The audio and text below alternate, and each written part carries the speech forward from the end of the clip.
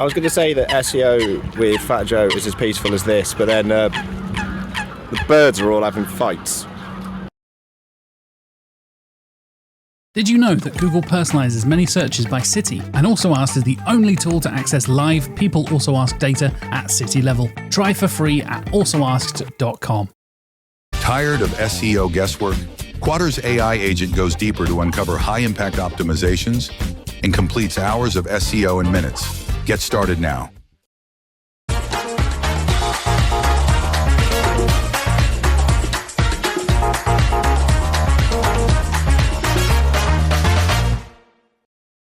Good morning, everyone. It's a pleasure to be here again.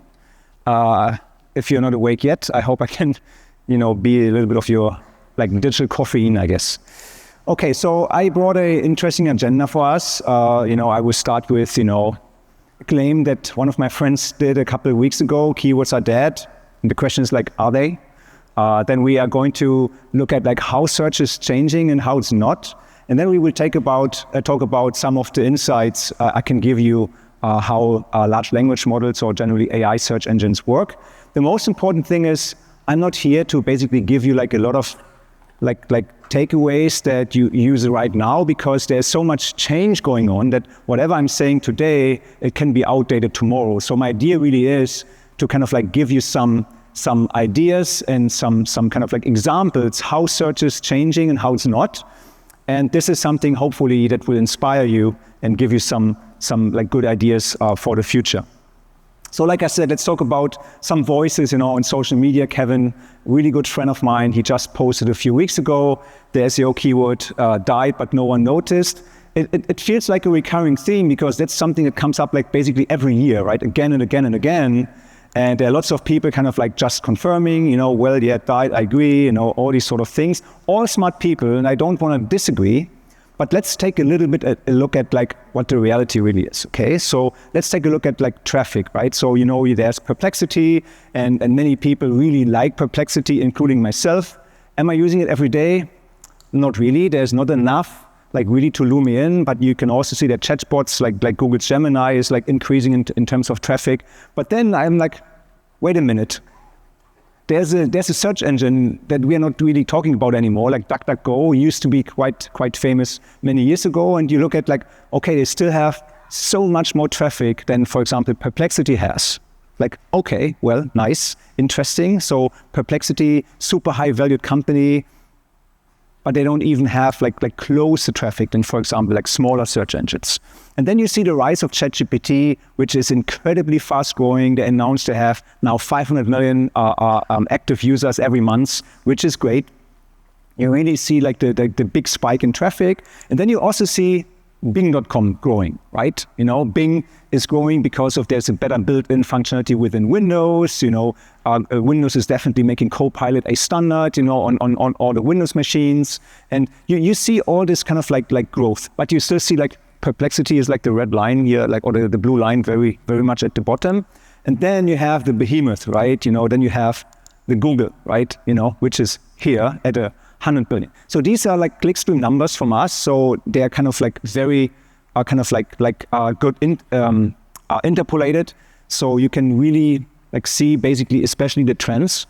And this is also the reason why I'm saying okay, if the reality is that most people still use Google, and there's still a lot of people using traditional search engines like Bing or DuckDuckGo, even to a smaller degree. The thing is then let's look at some other facts, This is just a screenshot I took from one of our companies that we own, right.com. You see here, there are certain keywords when it comes to tracking data on your website, for example, put a pixel there for tracking. And the reason I'm saying this is because if you look at the reality, if you look at what people are searching, this is, of course, Google Search Console, so it's in Google. You see that the keywords, even if they look very similar, just on a superficial level, the first thing is you don't rank the same everywhere. And second, the keywords, they have a different intent. And because of this, you really have to understand that if you say keywords are dead because they don't really care, the keyword matters a lot from my perspective. So I really believe people like Kevin, they're not right. Because, if I'm a user and I put something in a search box And I could put the same in a chatbot, right? I have a certain intent with my keyword. And for me as a marketer, this is really important because I need to know the intent. And if I'm saying, I don't care about keywords, I really don't care. I really don't care about the intent of my consumers at all. And that's the point, right? And this is really something I just wanted to quickly kind of like iterate here, that, the keyword matters a lot from my perspective because it carries the intent. And it's much, much harder in the future because in a chat box, right, you can put in like sentences, paragraphs, like full pages, right? So it's not a keyword anymore. It's like the context is like much, much different, and the intent even like very hard to analyze. But the point is, from my perspective, keywords are incredibly important also in the future because they carry intent. So just to wake you up, I don't believe keywords are I don't believe that keywords are dead. It's the opposite. So what is the takeaway? Generally, the takeaway is, traditional search engines, they remain relevant. People formed a habit over the last decades, right? They formed a habit, so they believe and trust Google that if they put something in, they get something out. And it's typically something, again, that carries the intent. And we should look at Google Search Console, or we should look at the data sources we have. There are lots of really good products where you can look at this. So you should really take this and don't ignore what people are searching. And like I said, from the keyword, you can derive the intent, which is important. Okay, so next thing, some statistics. I have some statistics here and there in my presentation is how is the progression of feature snippets and AI overview changing. And what I took is here, I took a very large sample of software businesses and basically mapped the last 13 months. And what you can definitely see is there's a big decline in terms of featured snippets, while there's a super large increase for AI overviews. But the more important thing is where are AI overviews being displayed, right? Because Google does not want to cannibalize their ad business, right? That's important, right? Because AI overviews is so big and so present and not full of ads, right? So that's why I think this is important, that on 75% of all problem-solving questions, AI overviews are already shown. 75%. That's crazy. Then if you have question words, so we looked at our database, and if you look at question words like how, why, what, and so on, it's already over 1/3 of AI overviews being present. Then you have lots of queries where you have no brand query, and even further then top of funnel, if you search something very broad, like just SEO or just CRM, there's almost no AI overview because the intent is unclear. So Google cannot give you any AI overview. And this is really still a chance also for us, as SEOs. Top of funnel is really where you can capture the user, where the user has not made any purchase decision yet, right? So that's something we have to keep in mind. I will do this very fast, but very interesting is the trend. So this is like the usage of different search engines by demography. So you see that Google search is used mostly by older people. I could consider myself as one of the older ones, but it's interesting that the younger generation is using less Google. They're using more often Instagram or TikTok, for example, has a much higher coverage than on the older demographics. And this is something you have to keep in mind because the younger generation is kind of moving faster, adopting faster, but the older ones, they're not, right? So it means if your consumer is most likely younger people because you're selling to this audience, you have to adopt these trends much faster, like AI chatbots, like search engines like TikTok, Instagram, etc.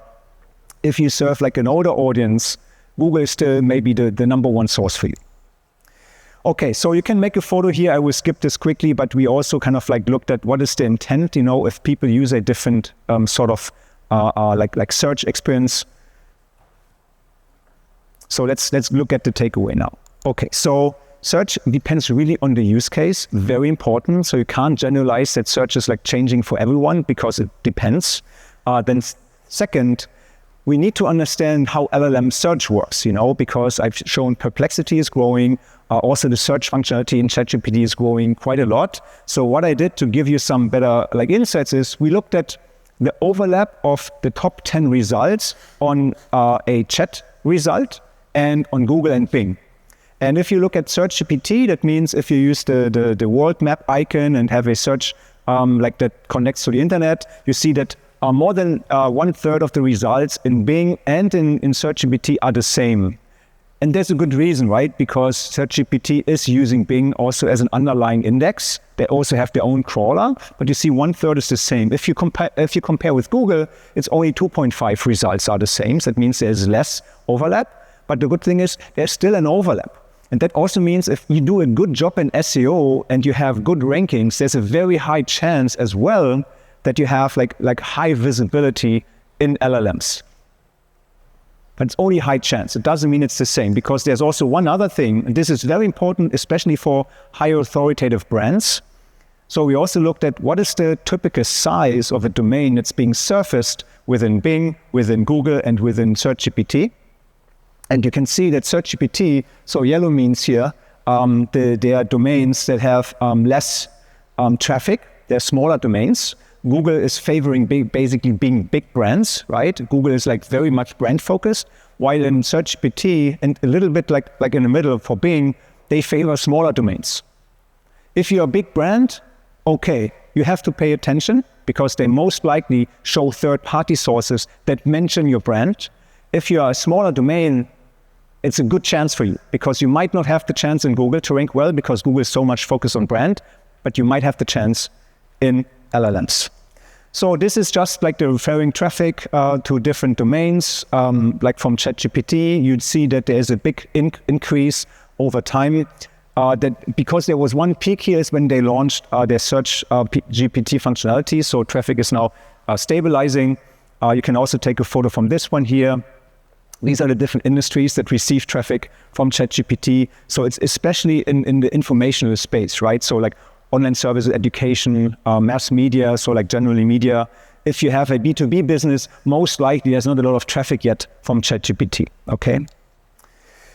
Okay, so also here, that's something that's screenshotable. I always like screenshotable slides is like the demography in terms of like gender distribution for ChatGPT and for Google. And you see that, for example, it's based on our clickstream data, it's 80 million clicks that we analyzed here is that you primarily have males using ChatGPT, while on Google it's basically equal.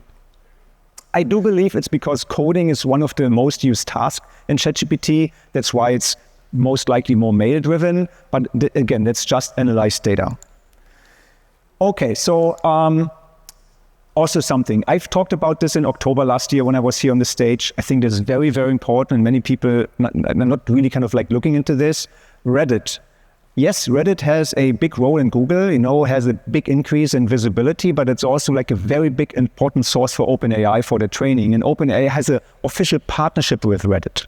Okay, so that's why you need to understand that OpenAI, and most likely all the other chatbots as well, they use Reddit to formulate their opinions. And I will show you like one example in just a few slides, okay? Very important. So if you look at like taking care of your brand, you need to pay attention. And here's one example. Generally, like how Google, for example, is messing up. I mean, that's like always something that we can laugh at, but this is the example, you know, like of a search, cheese not sticking to pizza, where Google basically suggests, you know, to take a non-toxic glue to basically like stick the cheese to the pizza. And where's it coming from? From Reddit, you know, because Google's AI and also ChatGPT's AI, they don't understand satire, right? They just don't get it. For them, it's structured information. They take it, they give you a suggestion, okay? And it's really something that you have to understand, because if you look at brand management, you really have to pay attention to these like forums, because if in these forums, you know, people kind of like make jokes about your brand, or they have like, let's say, negative sentiment, in the future, you really have to take care of like managing these communities, because otherwise this might happen like in terms of like negative output for your brand. So what is the next takeaway? So big brands are less favored than SearchGPT. People are likely to interact with SearchGPT differently because of a different intent compared to Google or Bing. I think Google and Bing are much closer to a transaction, while SearchGPT or generally ChatGPT is very early in the funnel, more informational driven. We've seen this with the industries that receive traffic. And ChatGPT shows higher representation among students and younger users. I've shown this with the demographics. And important is, like I said, you have to take matters into your own hands, because all these LLMs, and like Perplexity and SearchGPT that use real-time search, they favor smaller websites. So you have to take action. Now let's come to the next thing, which is very, very, very important, especially for all of us that really are more like into technical SEO. Every AI crawler at the moment is not rendering JavaScript, okay? So Google taught us for many, many years, don't worry about your website. We get it, right? If you have lots of dynamic content and a lot of JavaScript, we don't care, they have Chrome, they render the website, everything is fine, right? That's what Google taught us for many years. But all these like bots here, right? Like OpenAI, a search bot, the GPT bot, ChatGPT user, right? The one that's using RAG, the Perplexity bot, Claude bot, they're not rendering JavaScript. So what does it mean? I have one example here. It's Mazda.com, because Mazda.com's website is like fully on JavaScript. That's a full dynamic website, like super kind of like dynamic. And this is how the website looks with JavaScript disabled. It's just white. There's some text in the source code. There's a little bit of text in there, but it's just a little bit of boilerplate, and that's it. And if you do this, right? So if you compare, I've done a crawl with our site audit crawl on SEMrush, like a non-JavaScript and JavaScript crawl, and then compared, you see that from 429 pages on Mazda.com, 426 had different results when you had JavaScript activated. So what does it mean? That's basically the content that we basically got. It's just like some boilerplate text and a little bit of like real content. And if you ask, for example, Perplexity, it's the same with SearchGPT. Hey, can you crawl a website and summarize, please? Or hey, can you extract the facts from the website? Like doing something where real-time information is relevant. You see here at the top, you see it's failed to download the website. It cannot render it. It's not accessible. Okay. So, and if you really think of like optimizing for AI, knowing, okay, you need good structured content, you should always use schema whenever like really applicable, if you have articles, use schema for the author, for the text, for like what type of entity you are, etc. But if you just use JavaScript like this all the time, you cannot basically get any information. What does it mean? It means that if you look at how Mazda is perceived, like within AI, right? That's one of our tools, the AI toolkit, and you ask about Mazda.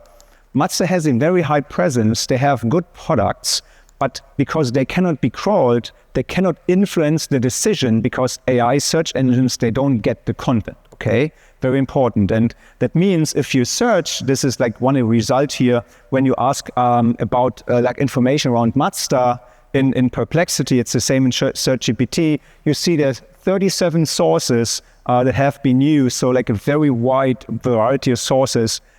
Mazda is not a source at all, so they cannot influence basically how AI is perceiving them within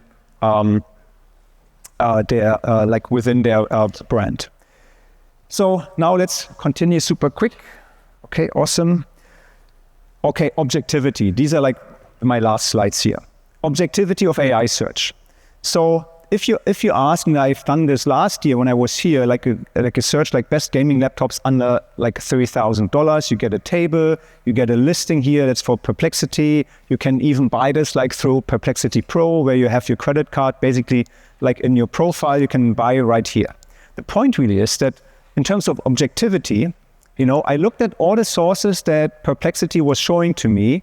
Like which laptop they basically recommend. One source is Reddit, another one is The Verge, I'm showing here. And like 3 really highly recommended laptops on Reddit, they're not even like present in the result from Perplexity, right? It's the same when I look at like the next source here, which is The Verge, that's being like named from Perplexity, right? And The Verge has really good structured content. They have subheadlines, right? Like with the best gaming laptop, the most powerful gaming laptop, and a great affordable 16-inch gaming laptop. Perplexity is not even showing this laptop. They're ignoring them. At the same time, if you look at let me quickly, I have lots of, I love data, that's why I'm sorry, let me skip this. So when you look at like the output, I've shown this last time, but maybe not everyone has seen, Perplexity is working with certain partners, okay? So here the results they have, one is coming from Best Buy, another one is coming from Walmart, another one from BHP Photo, and the other one is from BHP Photo again. And the point is that if you do the same search in Google, you also get basically results, you also get Best Buy, you also get prices. But the first thing is that you have to understand is Perplexity is using the Google data, like Google's rating, to display in their own search engine. So they take it from Google. They don't take it from the website. They don't take it from Best Buy. It's from Google. Second is, and this is the more important thing, or I don't have an arrow, on the red boxes here, Google is also doing a price comparison. You can get these products cheaper if you do a Google product search than if you look at just Perplexity. So that just brings me to the point that if the future is I get one product, I get one price, I can click, I can buy, as a user I might miss out. But it also means as a brand, if I want to be present in AI search engines, I might need to pay for it. Okay, so that's really something you have to keep in mind. Okay, my time is up, but let me just show you this super quickly because I really like this. AI is cheating. You know, Grok 3 was released a few months ago. It's an amazing chatbot, but there was a question here from this user around, like, is Elon Musk basically like manipulating the results of Grok? And Grok basically admitted, you know, like, yeah, my results are basically kind of like manipulated because I was told so. So it's hard-coded that Grok is not allowed to have certain opinions about Elon Musk, right? So it means in the future, you have to understand that AI might be manipulated in a certain way. Okay, so last takeaway, really last slides here. To be found, we have to be visible on LLM platforms. You need to ensure crawlability, very important, because they don't render JavaScript. Please check your website without JavaScript, okay? Again, take matters into your own hands, right? Because your brand reputation might be basically being like scrambled somewhere else where you don't have control. So you have to figure out like what you need to do to kind of like avoid like damage. Be aware that AI partners or retailers are most likely the ones that get clicks in LLM search. You might need to partner with them. And this is like the last one. So Google's SEO game is still king. Google has so much traffic, so we should not abandon Google, even with like the crazy increase of AI overviews. So don't get lost only in the hype. Brand bonus is dying over long term, which is good for like smaller brands. So you have more possibilities. And last one is good SEO. From my perspective, will also mean good LLM results. So I really believe that if you're a good SEO, you will be a good optimizer for AI search engines as well. All right. Thanks, everyone. Have a great day.